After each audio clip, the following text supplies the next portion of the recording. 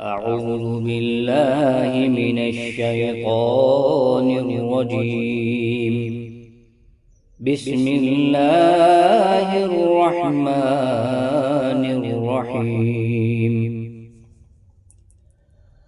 وقالت اليهود ليست النصارى على شيء وقالت النصارى ليست اليهود على شيء وهم يتلون الكتاب. كذلك قال الذين لا يعلمون مثل قولهم فالله يحكم بينهم يوم القيامة فيما كانوا فيه يختلفون. ومن أظلم ممن منع مساجد الله أن يذكر فيها اسمه وسعى في خرابها أولئك ما كان لهم أن يدخلوها إلا خائفين.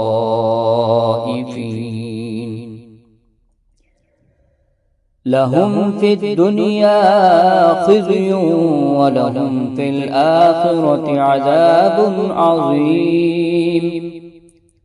ولله المشرق والمغرب فأينما تولوا فثم وجه الله إن الله واسع عليم. وقالوا اتخذ الله ولدا سبحانه بل له ما في السماوات والأرض كل له قانتون. بديع السماوات والأرض وإذا قضى أمرا فإنما يقول له كن فيكون. وقال الذين لا يعلمون لولا يكلمنا الله أو تأتينا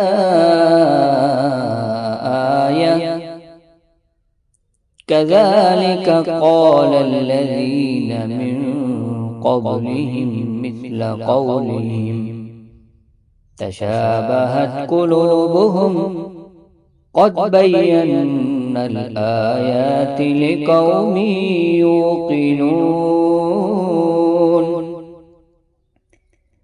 إنا أرسلناك بالحق بشيرا ونذيرا ولا تسأل عن أصحاب الجحيم.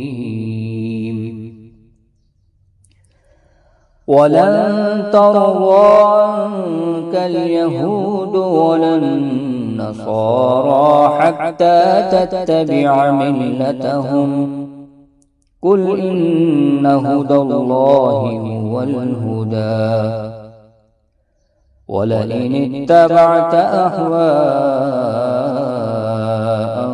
بعد الذي جاءك من العلم ما لك من الله من ولي ولا نصير.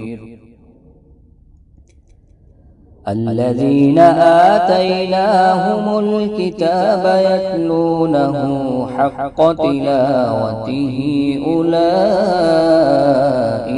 يؤمنون به ومن يكفر به فأولئك هم الخاسرون. صدق الله العظيم.